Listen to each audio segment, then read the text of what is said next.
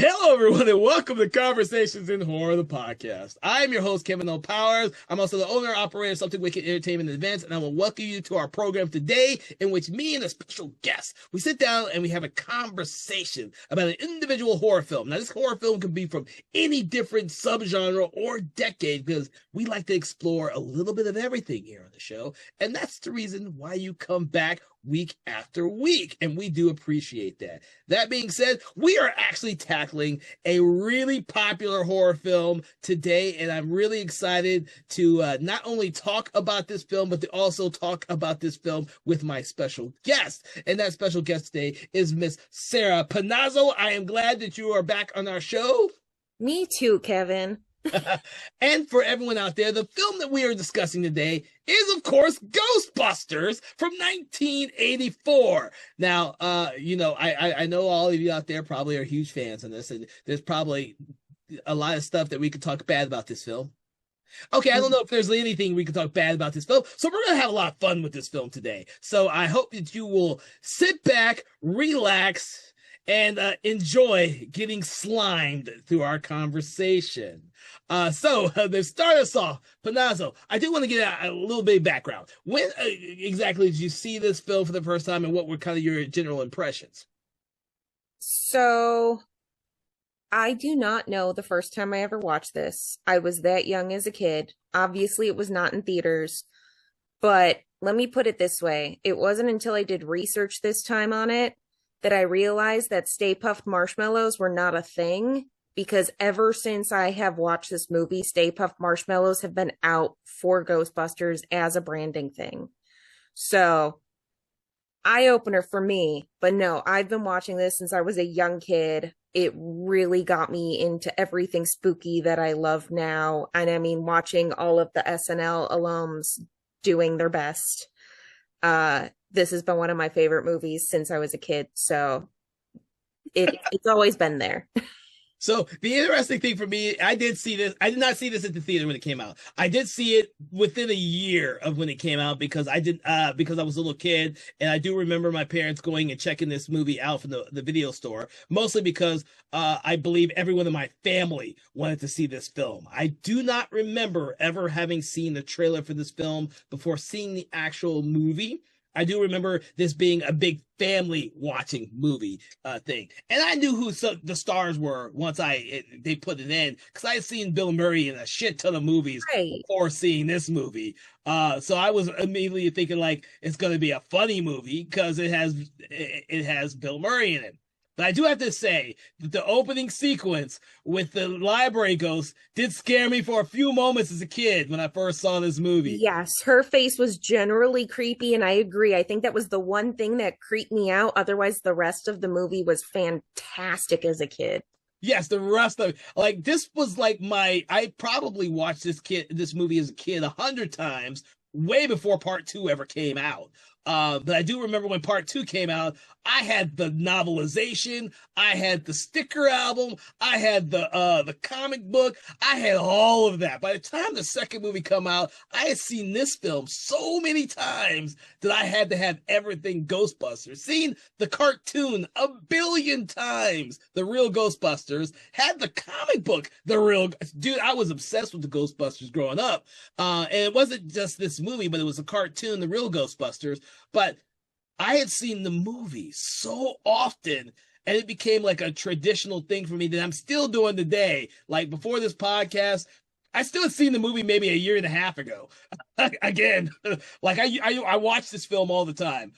So it's always fun to talk about movies like this, because there's very few movies from the 80s that I still watch all the time.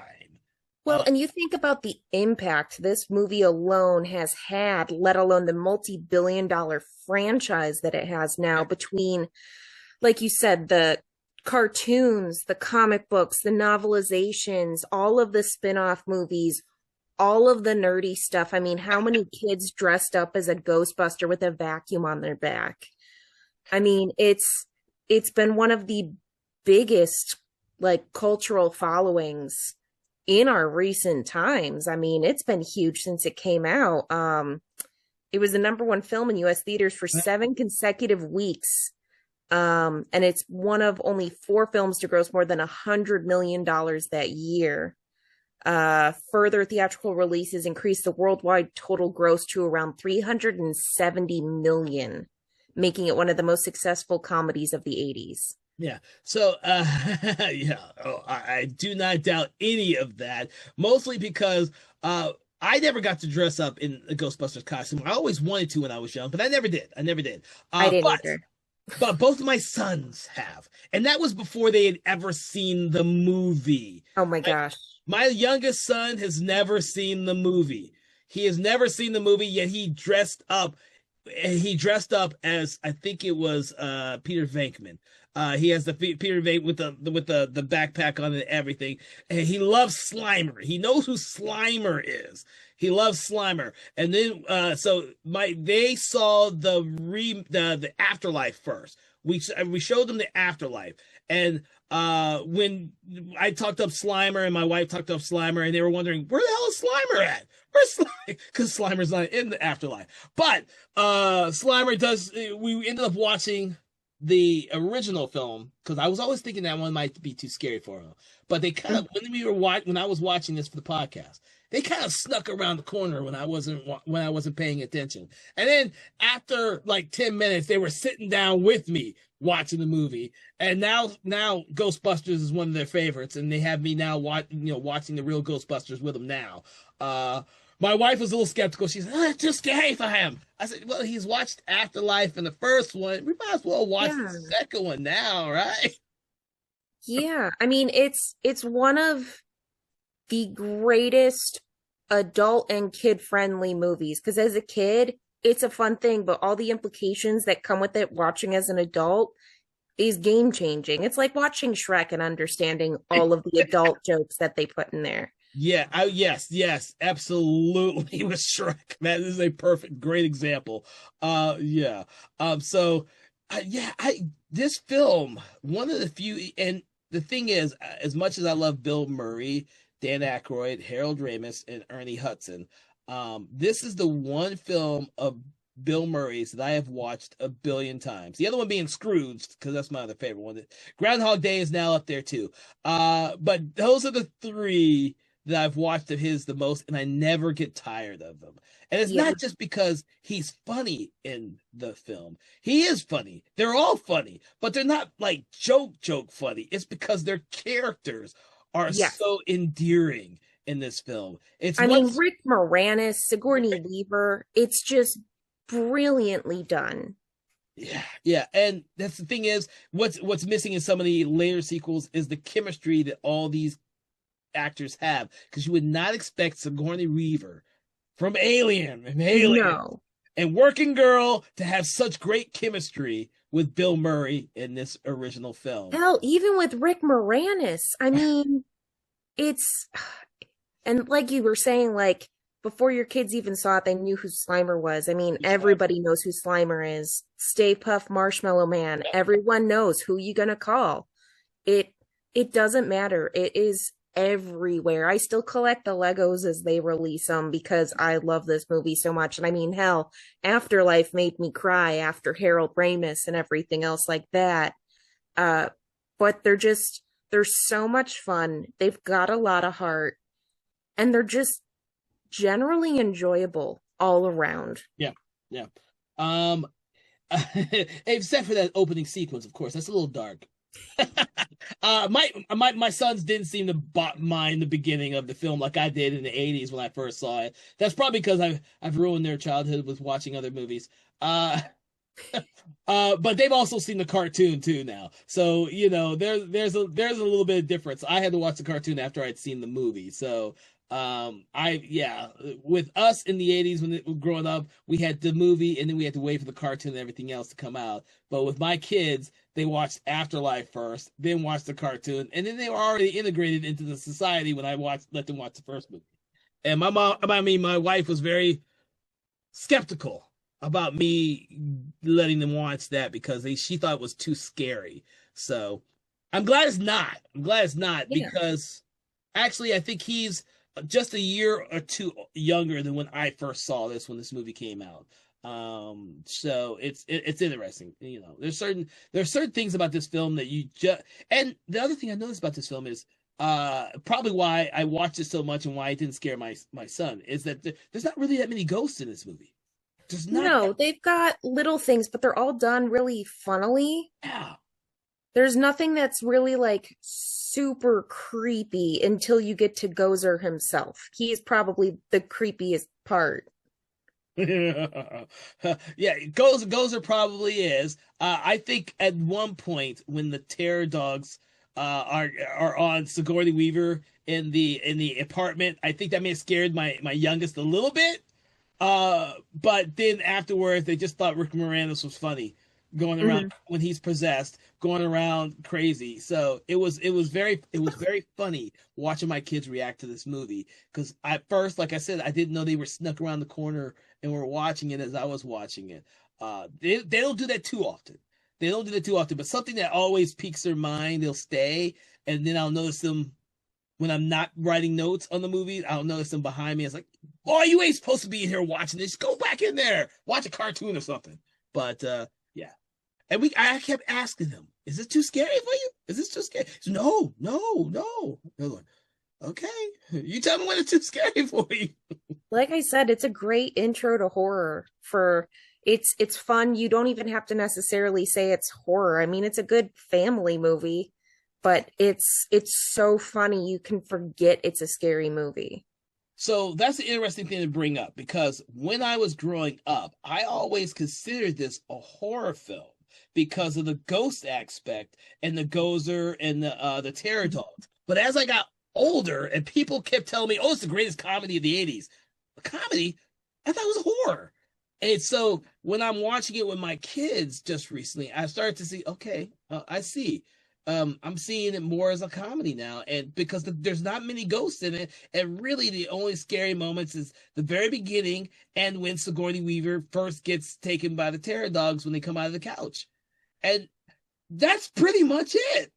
I was Yeah. like, oh, why did I think this was a horror film when I was a kid? I don't, hindsight or something, because I never thought the second one was scary. There's nothing in the second movie Yeah, that I thought. most of them are not scary at all. I mean, there's little bits and pieces, but they're just too funny. And I Uh, mean, looking at everything else that these guys have written and directed, I mean, it makes perfect sense. You've got like Stripes, Kindergarten Cop, Twins, Meatballs. I mean, Meatballs. everything that Dan Aykroyd has done for SNL and everything else, because the guy just does not stop. Yeah. Um, I mean, him and Harold Ramis, like this script is beautiful. I know it was a lot of improv. Was it? 'Cause yeah, because originally Aykroyd had written it right after Blues Brothers for him and John Belushi. I do know that. Yeah, I do know that. And after he passed, they were like, okay, well, he got Bill Murray attached. And then they were like, okay, well, we need to change this a bit so we can lessen the budget because it is way too much. Yes. And that's where Ramis came in, helped rewrite, and then was like, well, I want to be part of this too. And that's where they kind of got everything together. I do know that there was like a really long, unfilmable script that Dan Aykroyd had originally It written. had like time travel and a bunch of other crazy stuff. And I still wish that he would like release his notes on it just so we could see it. But like Slimer himself was based on a character John Belushi came up with. So it's like it makes perfect sense. It does, it does, and it's one of those rare things where I didn't know there was improv in them. I just know we went through a lot of rewrites because it does the comedy with Bill Murray in this one seems a little bit more refined than say Stripes. Yes. And so I always thought this was more scripted than that, kind of like Groundhog Day. I can't see him improving as much for Groundhog Day, but it'd be really interesting to know at least from that perspective, know the difference between the shooting script and what Bill Murray probably improv while doing this. Well, and you can guess a lot of it. It's like watching Robin Williams in a movie thinking there's no way that's part of the script. I mean, like, one of my favorite parts is when Bill Murray comes in and plays the two notes on the piano and he goes, "Yeah, you hear that? They hate this." Yeah. Like, who would have thought of that and put it in a script? Nobody. That's something that you would walk on set one day and just decide to do because you're Bill fucking Murray. Because you're Bill.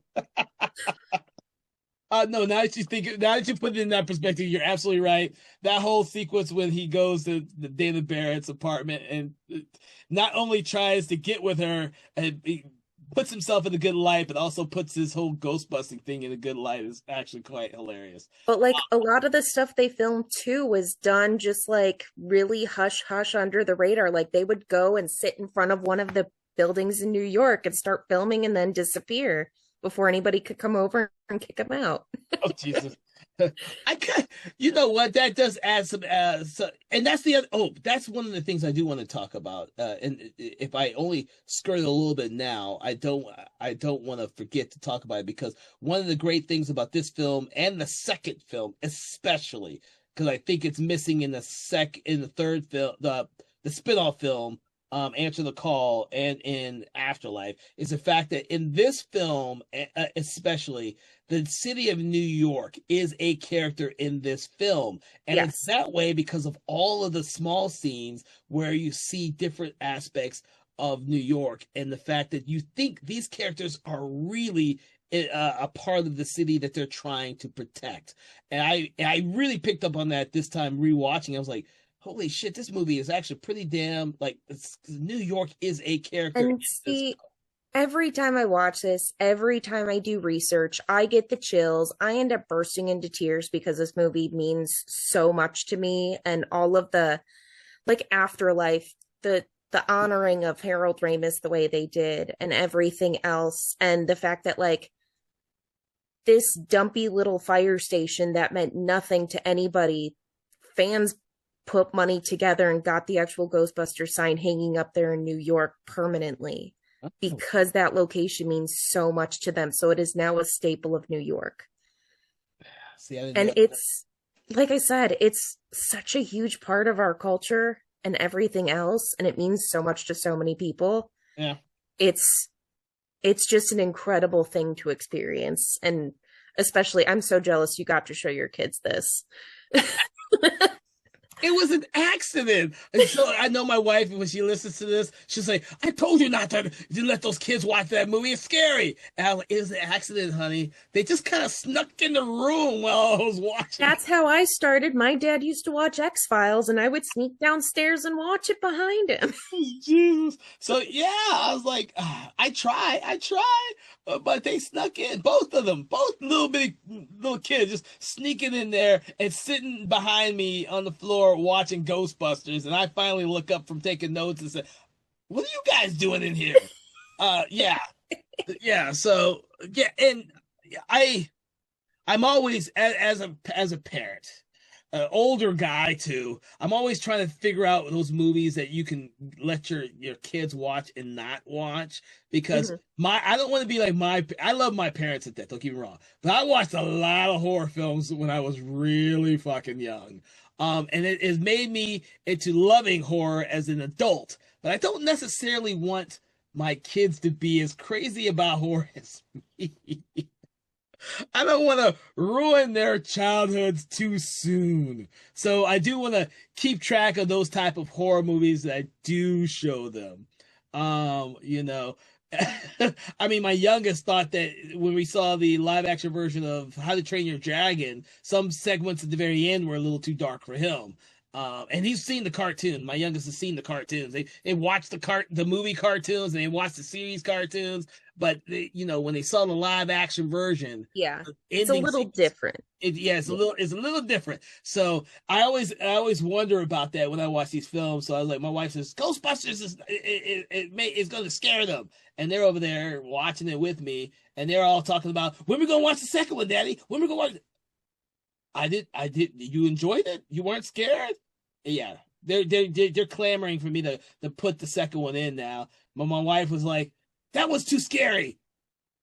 Oh Well, no, and so I think that's one of the best parts of this is there's no like life or death stakes that no, you get in a lot of other horror movies. Nobody's getting brutally murdered. It's all no. like ridiculous stuff like Slimer eating a bunch of food inside a ballroom, or there just being slime on There's everything. just being You know what? You bring up a good point. That could be what I just never kind of thought about was that is the fact that no one ever dies in these movies.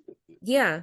There's stakes, but there's no like life or death stakes. Yeah, yeah. I'm about to say I can't remember if anyone dies. I think someone maybe they don't die in Frozen Kingdom, the last one. Maybe they just freeze. Yeah, I know that the newer ones they've gotten more into that kind of stuff and the darker Yeah, family-esque movies because everything has gotten more violent and everything else. But the original two, like yeah. perfect. I mean, hell, Dan Aykroyd dressed up in the second one, like creeped me out a little bit. And then I was like, oh no, it's that guy from Saturday Night Live. That's that guy from Saturday Night Live. Jesus. Oh my God. So yeah, I mean that's one of the things I worry about, but I don't. They both enjoyed this one so much, and I'm hoping that it will become part of their culture because they both had their own Ghostbuster costumes for Halloween. So they pick them out. We let them pick out their costumes, and they both picked them out themselves. So it's great to see that this movie it's still an endearing movie after what is it 84, so this is 40. Oh, Jesus, Oh 40. my God. It's hard to believe that this movie is over 40 years old and it still holds up extremely well, Hmm. extremely well. And I which one of the movies had the little baby Stay Puft Marshmallow Man in it? That was not the most recent one, but Afterlife. Afterlife. So yeah, so they love Little death machines. Oh they my God. no, my sons love that one. They saw that was. I was like, I'm trying to figure out which one they had those in there, because they love the little bitty stay. They wanted one of those as a toy. I don't know if they make those as toys, buddy, but Like I said when we started, I thought Stay Puft was a real marshmallow company because they've had marshmallows out every time they come out with a movie. I I mean, in the early 2000s, they came out with them again for something else. And uh I thought Stay Puft was a real thing. I did not know that until later too, because I always thought the Slimer cooler that High C had was a regular flavor. That's it, but it's not. It was Yeah. something they put out when the movies came out and the show was popular, and then they brought it back out. I don't know if they brought it back out for the Answer the Call movie or They have. It's the whole like retro vintage yeah. everything is they bring out all the original stuff again. I mean, like I said, I started collecting all the Lego sets again because they came out because I didn't get them the first time around that they came out with them. So now I've got I think two of the Ectos and I might have the tower. I can't remember. That's kind of cool. Oh. Yeah. Yeah, I think my kids, if I got those Legos, I might have to build it and then they destroy it within a day. Yeah, It, because right now one of the original firehouses is going for $1,000 on eBay. Jesus! It's about as bad as the Stranger Things Lego thing that shows Hmm. the upside down as well as the right side up part. I Uh, managed to snag one of those. did you really? Yeah. No, I'm curious. I saw it built in the Lego store. I saw it was fucking cool as shit to see it built. Did you build it? No. I started collecting Legos at some point because I realized that they were more valuable than money because they only increase in price. Yeah, they do only increase in price, which is And the scariest thing. I started getting some of my more favorite ones or things that I wish I would have had when I was a kid, or there's Mm, still some that I could not bite the bullet on the dollars for because some of them are so expensive. so expensive. But like when Lego had their Lego Dimensions game out, I played the hell out of the Ghostbusters level of that, and just hearing the theme songs over and over again, I Yeah. love. So I might have to look for those because my sons both love Legos and Ghostbusters now. So I keep, yeah, we're still going through the cartoon. We're still going through the cartoon.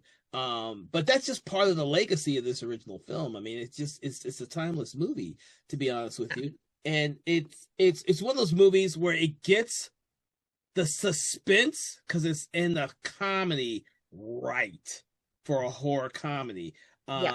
It opens up with that big, like we said, the library sequence, but then after that, we don't see many ghosts, but we see kind of like our favorite characters or the characters who will soon become our favorite characters getting slimed and having conversations about dogs and cats living together, mass hysteria. Like there's just certain things in this movie that that click with all of us as an audience, not just because they're funny, but because of the people who are saying them. Because even Ernie Hudson, doesn't show up for half the movie, which Yes. rarely ever happens when one of the main characters doesn't show up for half the movie, has great lines in that final act.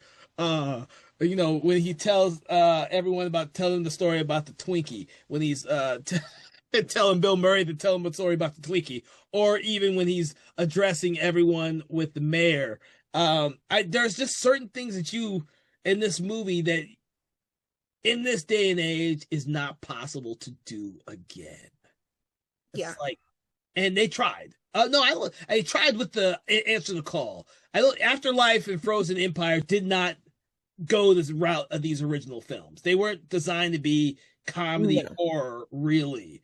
More like dramatic comedy.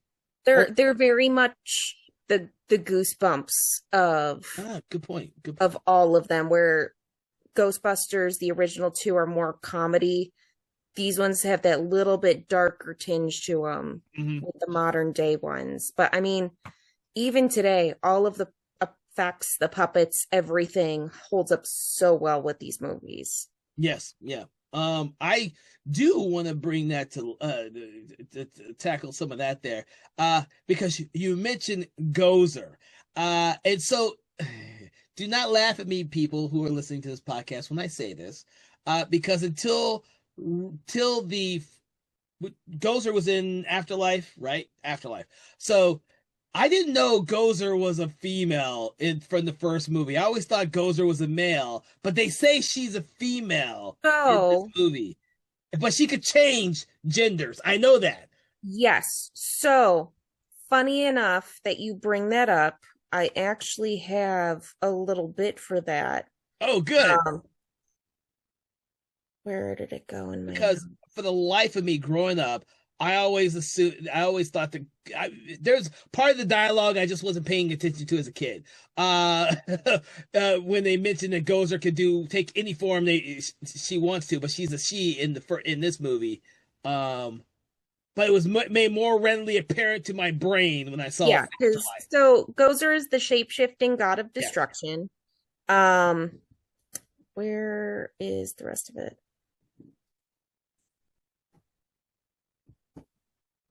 Sorry, I cannot find it in my notes. No, that's originally when they did Gozer, they envisioned a business-suited architect, originally intended for Paul Rubens. And when he declined, they cast the actress for this one, and they changed more to an androgynous look, like David Bowie. And so that's where they got the whole shapeshifter thing, where they could be whatever they wanted to be. So that's how I saw it as a kid, as David Bowie during this Ziggy Stardust days. Yes. That's how I saw it, but they did mention that it was a she, the shape changer. And of course, when you see Afterlife, it's definitely a she version in that one. And that had me thinking, fuck, did I get this thing wrong my entire life? No, oh my God. Not at all. So I'm like, oh yeah, when I watched Afterlife, I was like, oh fuck, dude, I must have this 40 years. I must have got some stuff wrong in my brain. And it didn't matter. I still enjoyed the movie. Who cares? But I just want to point that out because that was something that I just went over my head as a kid. Because Gozer isn't in the movie that much. Yeah. And about one of the things when I go back and rewatched it recently for the podcast, I was like, oh, not really in it that much Mm-mm. at all. Like I kept growing up, thought I had thought that Gozer was in this movie more, but she's not. It's kind of like the Sam Hain character in the cartoon. You think Sam Hain is in a lot of episodes of that cartoon, but he really isn't. He's just one of the coolest villains they ever created for the cartoon, and he's not in a whole lot of them. So that's how I saw that. I was like, I have to bring that up because it goes or something. Are you laughing at me like we brought up Stay Puft Marshmallow Man, and Oh, I yeah.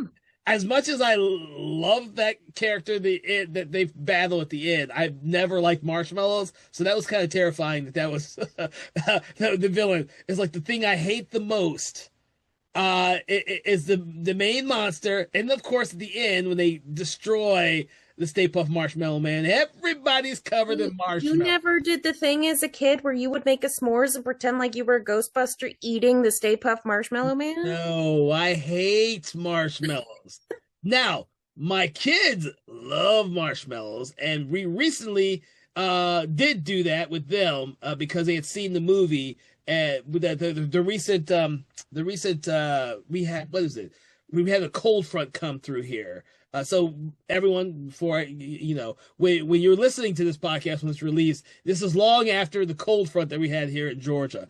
When we had the cold front, and I had the marshmallow kit all ready for us all because we had the gas fireplace. We were like, we wanted it to be cold here. We wanted the power to go off. We had the gas fireplace on. We had the marshmallows and stuff out, and of course, my 7-year-old, mentions the Stay Puft Marshmallow Man. We're eating the Stay Puft Marshmallow, and we all fell over laughing.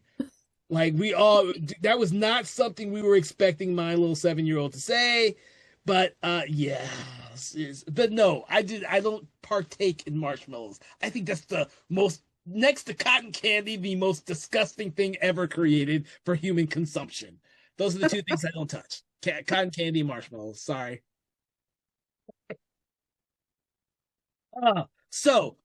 Let's talk a little bit about some of the other ghosts that are in the film. Like we touched upon a little bit of Slimer. What did you like about Slimer or didn't like about Slimer?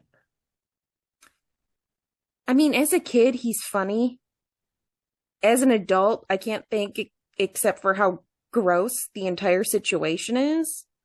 And I feel so bad for the woman who's supposed to be having the party in there afterwards. Um, but a lot of the ghosts you don't even really see. They just have like weird invisible things happening. So I really enjoyed the montage when you see them doing all the different ghost busting things, and that's where I Yes. realized that that's pretty much where you see a lot of the ghost activity, but it's all different. It's all different types of hauntings that they are doing. But with Slimer, because he's their first real catch, I think that's one of the great things about having something that's so disgusting that when he slimes Peter Venkman, it just leaves an impression because Slimer's only in two scenes. That scene and the last scene when he escapes. And it's just crazy that Slimer has become the what do you call it? The mascot. Yes. Ghostbusters. It's hilarious. And I will say this because this will make me a fucking really big geek from the days when there was the Ghostbuster comic book that Now Comics put out that was based on the real Ghostbusters, because I was such a huge Slimer fan. I had a drawing that I did published in the comic book back in those days. Now, yeah, I know it's a geek thing, everybody out there. They do that stuff with these comic books back in the day, and Slimer was like my favorite character in the movie, and I could draw back then. I won't say I could draw now. I've lost the touch. It's been 40 fucking years. I've lost the touch now, but back then I could draw. I was good. But it was fun doing. I must have did 1,000 pictures of Slimer over the years, and of Sam Hain and some of the other ghosts from the cartoon series. But the reason why I bring this up is because Slimer is itself is such a huge icon. And like I said, my kids knew who Slimer was before they saw either of the movie. Mm-hmm. It's just crazy how much this film influences multiple generations without people ever having seen the movies. And so that's one of the things I want to bring up because I can't think of another movie like this where an icon like that has ever popped up and taken a whole generation by storm. And Slimer doesn't do anything other than slime people. Right. It's not like he's the main character. It's He's not like it's Freddy or Jason or anything else. It's just some random side character that has exploded.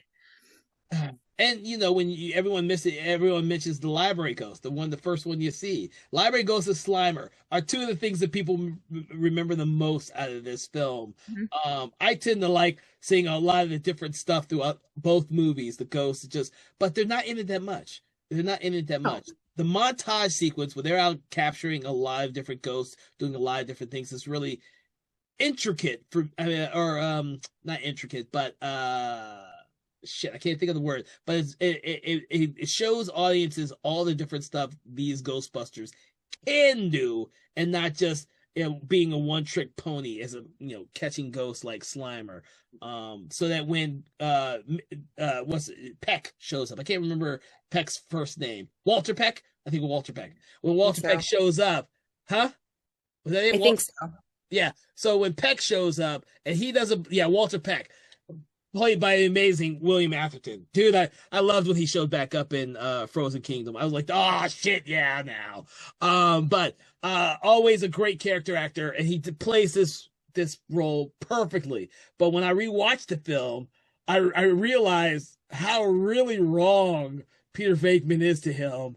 And that's the reason why he reacts the way he does. Like, if he had just been nice, I don't think William Peck would have reacted nearly as bad. And I never noticed that until I rewatched it because I just always took him as because he's William Atherton. Yeah. That's the dick.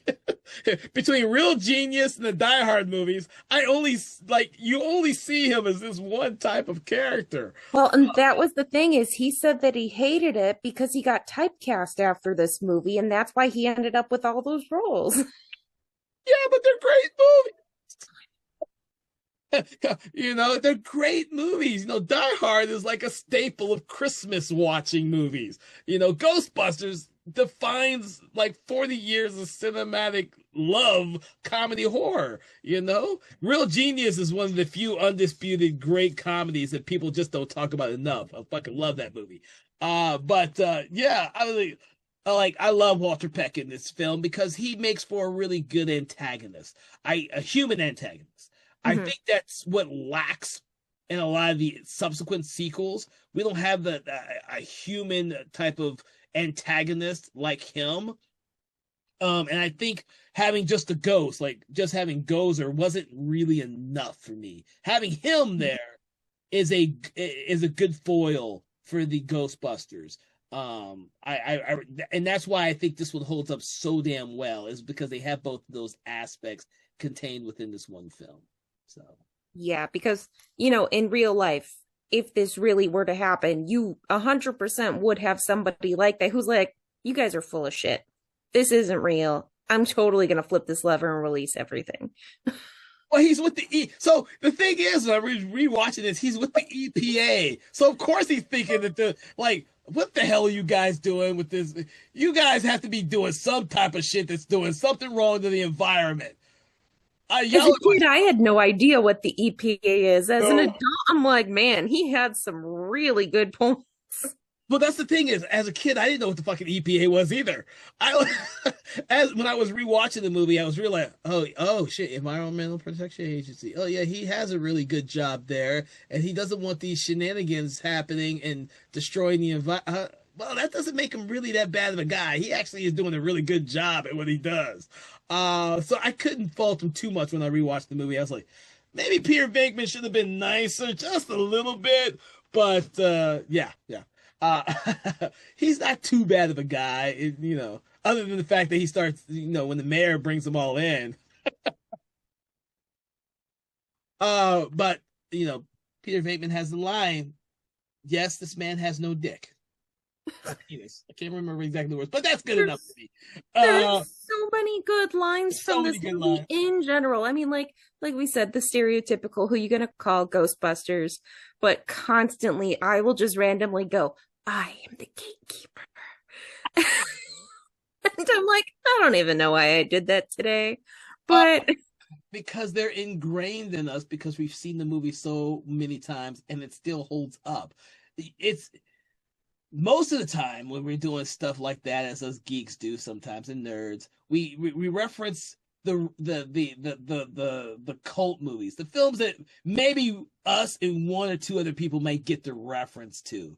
But when we do that with this film, everybody gets the references that we're making. And that's what makes us feel good inside. It's like, oh yeah, everyone picks up on it. So yeah, so no, you can do that all you like. Everybody's gonna get the reference. It's gonna be hilarious and great every time we do it. Because I do it all the time too.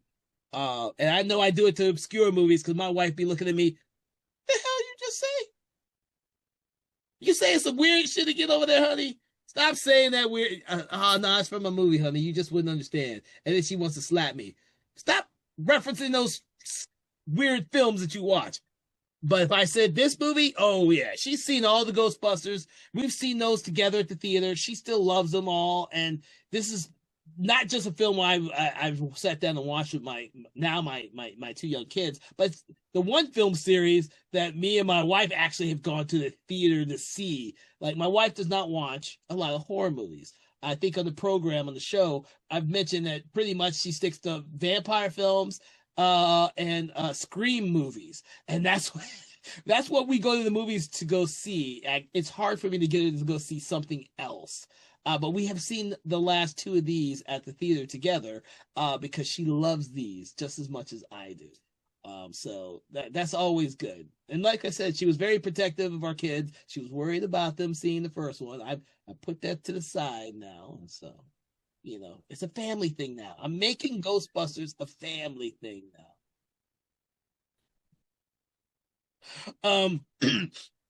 So we've skirted around talking about what was the other ghost in this movie. The library ghost and Slimer, the first two, and we've talked about Gozer. I could have sworn there was another one, but I don't know if there's any actual ones other than the dogs. Terror Dogs. Well, let's bring up the Terror Dogs because my favorite sequence with those has to be the Rick Moranis. Yes. Uh, I will admit this. So, Mr. Rick Moranis, please forgive me for saying this, but I really hated him the first time I saw this movie. I was not a Rick Moranis fan until after I saw Spaceballs. And then I became this huge fucking Rick Moranis fan. But when in this movie, I thought he was the most annoying character ever. But over the years, he's one of my favorite characters because I have a reference point for him being in Ghostbusters 2, which is still fucking hilarious to me. And then Spaceballs, and then everything else he has done in his amazing career.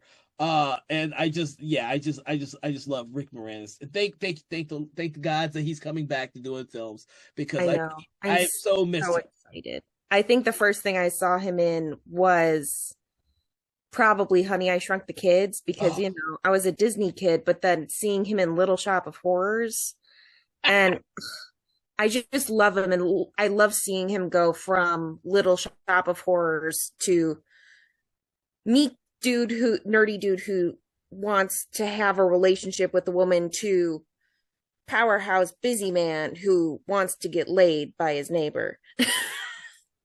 Yeah, so you bring up, I almost did not bring this up, but Honey, I Shrunk the Kids defined me for a very long time because Rick Moranis that movie was one of my favorite movies of his for the longest fucking time.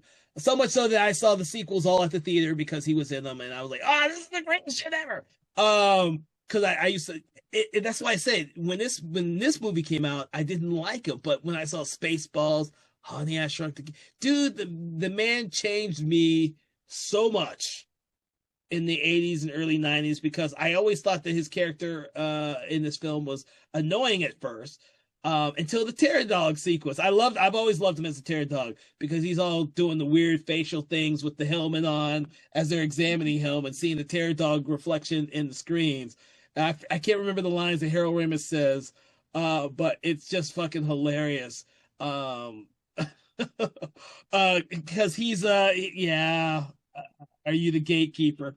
or are you key? I forget what he says now. I can't think straight.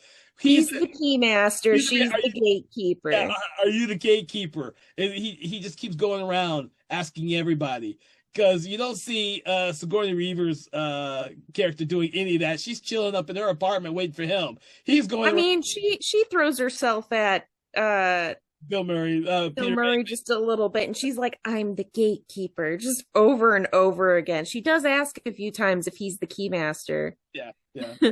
But going back to your question about other ghosts in the movie, I think was the zombie taxi driver in this one, or was it in the second one? It's in this one. After the whole building explodes, the stuff goes into the fuel pipe, the pipe in the back of the car. Yeah. Exhaust pipe, and then the skeleton shows up in the taxi. But that's like 2 seconds. Yeah, and then there's the succubus while they're in the hotel. Succubus in the hotel. Which one? Oh yeah. There's the whole like semi-sex scene that's Oh, hinted at. oh, I see. When you said that, I was like, are we thinking about the Dan Aykroyd sequence where he's having the dream about the ghost floating above him? That's not a dream.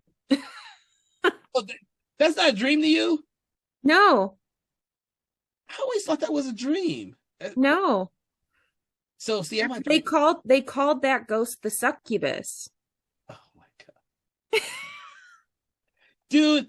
I have always thought that he is sitting in the firehouse dreaming of ghosts, and that's just like that's how I've always pictured this. You see, you are just now opening my eyes to something I had never seen. I've seen this movie 100 times. I always assumed that while that whole montage is going on, he is up there dreaming about ghosts and seeing this ghost of they. So that, Like I said, they know how to sneak those adult jokes in there. oh my god. Well, I know she's a succubus because he disappears and opens up his pants. Of course, I know, but I never thought of that as being not the dream. So that's it. I'm gonna rewatch this. When I rewatch this, I'm gonna like you'll have opened my eyes to yet another detail in the film that I've just kind of glossed over because I seen it as a kid and I glossed over it as a Yeah, kid. as a kid, you're like, I don't know. I remember asking my parents were like, oh, they're I can't even remember what the hell they said, but they were like, oh yeah, no, they're just like kissing and stuff. And I was like, oh, okay, whatever. Oh Jesus, yeah, I always thought that was a dream. No, it'll be interesting. I'll go back and rewatch that one. Oh God, But that's then yeah, all the other like crazy weird ghosts are from the second one where you get like the whole army, you get the Scolari brothers and just yeah. I like that one because you have the Titanic that shows up. yeah. Yeah, yeah. Cheech Marin say, better late than never. You know. No, the second one has a lot of cool little sequences with ghosts in it as well. Which is why I can't wait to show my sons that movie. But when I was rewatching this one, I realized there wasn't that many, and the ones that they do show up are in either the montage at the beginning or the montage when they're capturing ghosts, when their business is booming, and then at the very, very end when after the firehouse is exploded and all the ghosts escape. Well, and so there's actually a good reason why there are not that many ghosts in this one. And at the time, special effects studios were super busy everywhere. Like people were constantly fighting for who was going to get which studio. So, they actually used part of their budget to found Boss Film Studios, which employed a combination of practical effects, miniatures, and puppets to deliver all of their ghosts because they literally could not get any full company. So they had to create their own. Interesting. I did not know that. I've actually not read about any of the behind the scenes on. Yeah, I did a deep dive on it this time. Like the stuff I found out with Aykroyd and his family's crazy history with ghosts is a giant rabbit hole that I now need to dive through because his great grandfather was a mystic who wrote with Arthur Conan Doyle. But yeah, I mean, the whole family is like paranormal experts. I knew that Aykroyd was big into UFOs and stuff like that, but his dad actually wrote a book a few years ago, and he actually went and did the rounds with his dad to help promote it. Oh, okay. Yeah. Well, Dan Aykroyd's always been a great actor for me. Love him. For me, Harold Ramis was only in these films and Stripes, and I know he's did lots of other stuff. Don't get me wrong, I know he did lots of other stuff, but for me, it was this is Stripes. It was pretty much Yeah, I knew him more as the writer director than I knew him as anything else. yeah, exactly. And then of course Bill Murray. He's still one of my favorite actors of all time. I actually I still collect his movies that he's been in, even his Mhm. really bad ones, because he's done some really bad ones, but he's done some of the most amazing ones as well. Yeah, my family occasionally runs into him in Chicago. He's just one of those random guys who will just kind of wander and do whatever the hell he feels like. I think if you're Bill Murray, you can do whatever the hell you feel like doing for most of the time. I mean, isn't that why he was in Zombieland? Uh, yeah. And for anyone who has been listening to our program, we have done a episode on Zombieland already, and I've already discussed my Bill Murray diatribe on that. So please make sure to check out that episode if you want to know more about me and Bill and my little thing about that movie with Bill Murray. It's gonna be it's entertaining at least. But we haven't done many horror comedies on this program, especially not to the extent of the comedy aspects in this film. I don't know, Kevin. I feel like I do a lot of the horror comedies on here. When we do our top 10 lists, I list a lot of comedies. No, you know what? Your top 10 list always has a lot more horror comedies than mine does. And on this program we've been trying to get to so many of those films. So some of them we keep skipping over, are having to reschedule. And you know which films I'm talking about probably. But you're right. I think that with you, a lot of the horror comedies that we have tackled have all had you on them. Because I guess you gravitate towards them since Scooby Doo on Monster Island. I think is one of your favorites. Is that the one? Yes. I mean, growing up watching any of the like kids scary stuff that then becomes an adult obsession, like how can you not love horror comedy at that point? Uh, I would probably say this is one of the ones that defined horror comedy for me and for the longest time because like I said, I've always considered this a horror film, but because of the cast, Hmm. it's always a comedy as well. It's the horror comedy genre has gotten much better in the last couple of decades. And it has a huge range now where this used to be the horror comedy, and now we get stuff as crazy and creepy as Tucker and Dale versus like Scary Movie. Yeah, scary movie. The horror parody, which I don't think there's really many of those out there, but there are some. There's a handful. There's a handful. I just thought about that. We'll have to tackle more of those on this program. I think the only one we've really tackled in terms of horror spoof comedy is probably Young Frankenstein. We'll have to tackle some more of those on the program as well. So for anyone listening, please make sure to let us know in the comment section other horror comedies that you would like to see, other than the rest of the films in this franchise, because we will get to those sooner rather than later. Just to let you know. But yes, I'm trying to think of other aspects of this film that we should definitely discuss about because I don't want to miss anything because we are not doing this episode like normal ones where we go through all the plot, blah blah blah blah blah blah blah, because you all know the plot and all that good stuff in this film. Because if you don't, you must have been living under a rock.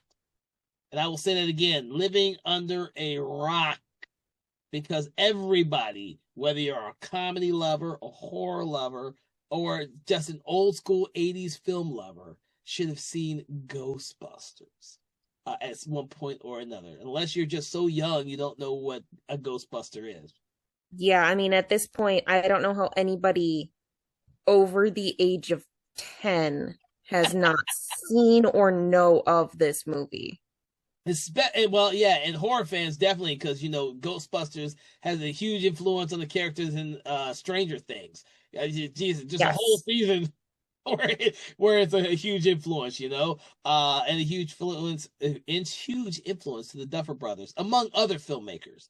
So Ghostbusters is one of those things that just won't ever die for some reason or other.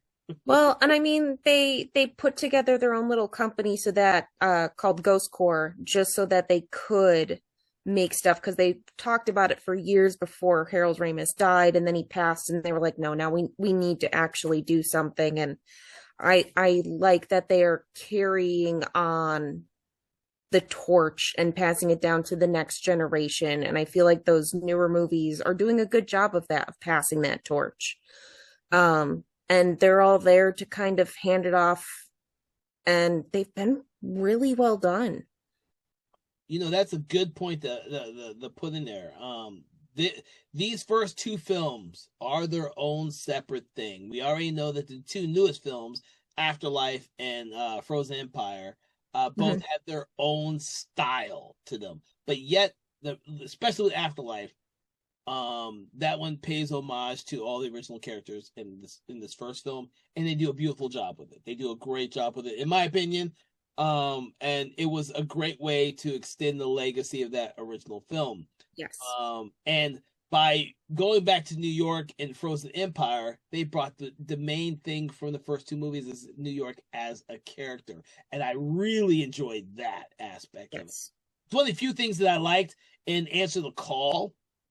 I don't always agree with some of the choices they make with Answer the Call, but I did like the design of the ghost, the Technicolor ghost that they did. I did not mind.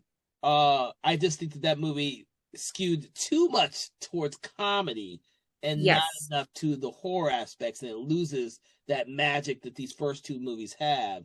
Whereas the later movies didn't. They already knew they couldn't do that. They didn't try. They wanted to make it more a dramatic family Ghostbusters movie as opposed to trying to make it a comedy horror film, and I think they did a great job with that. We didn't. For a lot of people, it's a shame we didn't get a sequel to Answer the Call. But I will say, if you are a huge fan of Answer the Call, make sure to go check out the comic book series because there is plenty of sequelized stories with the characters in that universe of comic books. So it's always good to see and know that that the life of these films and the different generations that these films were geared towards have been extended for multiple different media. So even though we only had these two movies, the first one and the second one, we had a television cartoon, The Real Ghostbusters, but then we had a plethora of comic books that also feature that. And that just means the testament of how much the franchise, these characters, the legacy has extended generations upon generations upon generations. Well, even speaking of that, like even the writer and director for these most two recent ones is the son of the original director. Yep. So even in the family, you can see how much it means to them to keep it going. Yeah. So I'm here for it as long as they're doing it correctly and lovingly the way that they should. I know that they have talked about doing a third one of this recent series. So I guess we'll see what we get in the future. You know what? You're right, and I hope that they do a third one. I really did like the last two. And it's a shame that audiences didn't gravitate towards the most recent one as much. I heard a lot of complaints because it wasn't a comedy. It's more of a dramatic horror film, a drama. But I actually like that aspect of these last two films because they weren't trying to be. They didn't have Bill Murray and Harold Ramis and Dan Aykroyd and Ernie Hudson, the anchor the whole movie on. This is a much younger generation, and Paul Rudd can float between drama, action, and comedy pretty seamlessly, and I think he does a really good job with. And Carrie Coon can too. Like I absolutely love her in this. Yeah, they gave her a lot to do in the second one. Yeah. I like her in the second one. I love Frozen Empire, dude. I really do love Frozen Empire. I was you know, people just didn't gravitate towards that one, but I would love to see those characters again. Mhm. There's so much they can do with this. Yeah. Yeah, yeah. So, Panazzo, is there anything else you would like to talk about in regards to Ghostbusters? I could talk about Ghostbusters all day, Kevin. I know that we could talk so much more about this and break down each little scene if we really wanted to. You could do a riff tracks with this, and it would still be you saying the exact same lines because it's just so perfect. Oh my, yeah, I don't know how entertaining a riff track would be in this movie. You have Like to I said, you would just say the exact same lines because it's so iconic. But no, I love this movie. If you haven't seen this movie, shame on you. You need to watch it. How dare you be listening to this podcast without watching this movie? And you know what? If you haven't seen the two recent ones, give them a chance. I know that the all-female version of Ghostbusters didn't do well. It wasn't one of my favorites, but these two are refreshing and modern takes on it, and I really enjoyed them. Kevin, you really enjoyed them as well. So anybody who hasn't given them a shot, please try. Yeah. It's definitely worth it. Yeah, well, I'll say, I'm a little biased because I've read the fucking novelizations and had the soundtracks with, the Ghostbusters 2 soundtrack was on my playlist like a billion times. Same with the original one. I'm sorry. I was all in the Ghostbusters growing up, dude. And the comic books and the cartoons. I watched them all except for that Extreme Ghostbusters stuff that I just found out existed a few years back. I ain't seen that yet. I'm a little afraid of that. But with that, I do want to thank you, Panazzo, for joining us on this conversation in which we discussed Ghostbusters from 1984. For everyone listening, what we love to do is we love to rate the movies between 1 to 5, 1 being poor, 5 being amazing, but we like to pull something from the movie, an object, quote, or saying, in order to attribute to our rating. What is your rating, Panazzo, and what do you want to attribute to it, whether it be a quote, a saying, or an object? Kevin, I'm going to give it an Ecto 5 out of 5 because I absolutely love this movie. Okay, so I'm going to do something I wasn't thinking I was going to do because you just enlightened me. I'm going to give this 5 female succubuses out of 5 because now I have something new to watch. Like, I didn't think I could watch this movie and learn anything more because I've seen it so many times, but now you, boom, opened my mind. Every time I watch this, I love finding out more about it. Yes, so with that, I hope that you all have enjoyed this conversation about Ghostbusters. Please make sure to like, follow, share, subscribe, do that thing you do with your favorite podcast and your favorite podcast app, Spotify or YouTube, especially since we will be tackling the additional films in this franchise, and you will not want to miss our conversations on those. Also, please make sure to check out our other podcast, Conversations in Hammer Studio Horrors, in which we delve into the amazing oeuvre of films from the 60s, 70s, and 80s of Hammer Studios. From all of us here at Something Wicked Entertainment, we wish you a pleasant day, and please stay away from those library ghosts, because those are the scariest things out there. Have a good day. Conversations in Horror is a Broken Lighthouse Pictures production, written, produced, and directed by Kevin L. Powers, executive producer Kelly A. Inoka. All contents and material from this episode of Conversations in Horror is copyright 2025 Broken Lighthouse Pictures.